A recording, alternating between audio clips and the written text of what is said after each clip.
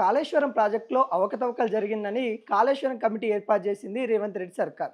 దాదాపుగా 150 మందిని విచారణ చేసింది కాళేశ్వరం కమిటీ.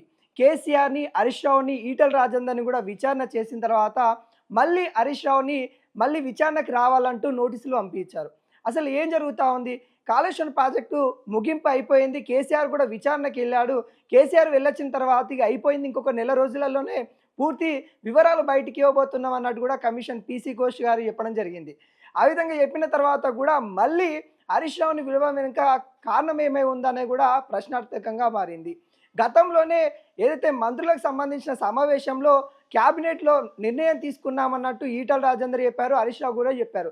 దానికి సంబంధించిన డీటెయిల్స్ పీసీ ఘోష్ కమిటీ గవర్నమెంట్ని అడిగింది. అంటే ఇప్పుడున్న గవర్నమెంట్ని, రేవంత్ రెడ్డి సర్కార్ని అడిగినప్పుడు రేవంత్ రెడ్డి సర్కారు అప్పుడు ఇవ్వలేదు.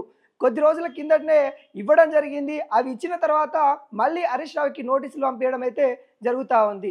అంటే దాంట్లో మంత్రివర్గంలో జరిగిన క్యాబినెట్ మీటింగ్లో ఏదైతే అంశాలు చర్చించారో అసలు చర్చించారా లేదా అనే అంశానికి రేవంత్ రెడ్డి ఇచ్చిన నివేదికలో ఏముంది, అసలు పీసీ ఘోష్ కమిషన్ ఏం చూసింది, అందులో ఏం చూసి హరీష్ రావుని మళ్ళీ విచారణకు రమ్మంటుంది అనేది కూడా ప్రశ్నార్థకంగా మారింది.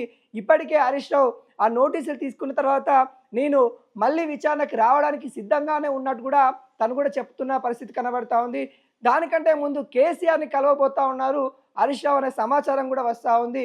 కేసీఆర్ని కలిసి మీ ఏదైతే విచారణ చేసిన తర్వాత, అంటే హరీష్ రావు వెళ్ళొచ్చిన తర్వాత కేసీఆర్ వెళ్ళాడు కాబట్టి మళ్ళీ హరీష్ రావుకి పిలిపొచ్చింది కాబట్టి కేసీఆర్ ఎటువంటి వివరణ ఇచ్చారు, దాంట్లో ఏమన్నా తప్పులు ఉన్నాయా, లేకుంటే మంత్రివర్గంలో సంబంధించిన క్యాబినెట్లో ఎటువంటి సమావేశం అయినామా లేదా అనేది కూడా వాళ్ళకి క్లారిటీగా చెప్పని పరిస్థితి కనబడతా ఉంది.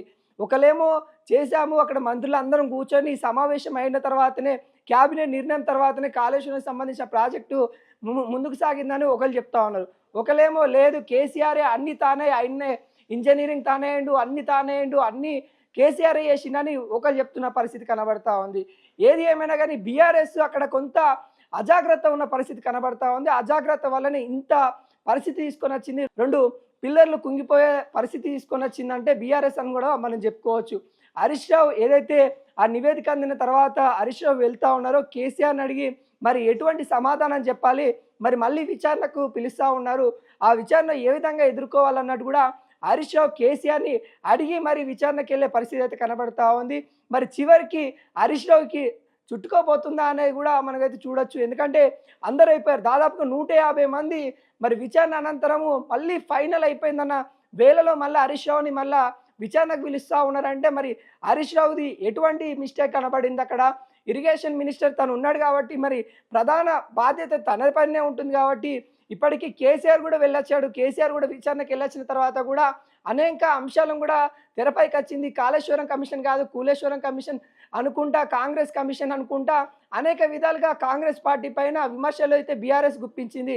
కానీ ఇప్పుడు మళ్ళీ హరీష్ రావుని మరి విచారణకు పిలుస్తూ ఉన్న నేపథ్యంలో మరి హరీష్ రావు మరి విచారణకి వెళ్లాల్సిన పరిస్థితి అయితే మళ్ళీ రాబోతా ఉంది. నెల రోజులలోనే వీటికి సంబంధించిన పూర్తి వివరాలు బయట పెడతామన్నట్టు కూడా పీసీ ఘోష్ కమిషన్ చెప్తా ఉన్న వేళలో హరీష్ రావు విచారణకు వెళ్ళడం కూడా ఒక ఆశ్చర్యంగా కనబడతా ఉంది. మరి ఎటువంటి పరిణామాలు చోటు చేసుకోబోతా ఉన్నాయి, హరీష్ రావుకి ఎటువంటి ప్రశ్నలు ఉండబోతా ఉన్నాయి? గతంలోనే దాదాపుగా గంట పైన తనను విచారణ చేసిన పరిస్థితి కనబడుతుంది.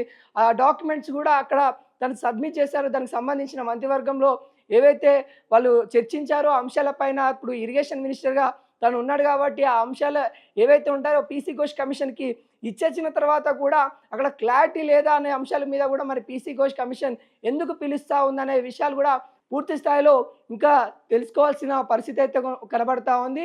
ఏది ఏమైనా కానీ ఈ కాళేశ్వరం సంబంధించిన కేసు ఏదైతే ఉందో మనం కేసీఆర్కి ప్రధానంగానే అని చెప్పుకున్నాము. కానీ ఇప్పుడు కేసీఆర్ నుండి హరీష్ రావు మెడకు చుట్టుకోబోతున్న పరిస్థితి అయితే ఇక్కడ ఏర్పడతా ఉంది. మరి చూడబోవాలి ఎటువంటి పరిణామాలు చోటు చేసుకుంటాయి, హరీష్ రావు మెడకి చుట్టుకోబోతుందా లేదా అనేది కూడా మరికొద్ది రోజులు అయితే చూడబోవాలి. నెల రోజుల్లో అయితే మరి పూర్తి సమాచారం బయట పెడతామని కమిషన్ చెప్తుంది. మరి ఎటువంటి పరిణామాలు జరగబోతున్నాయో ముందు చూడవాలి.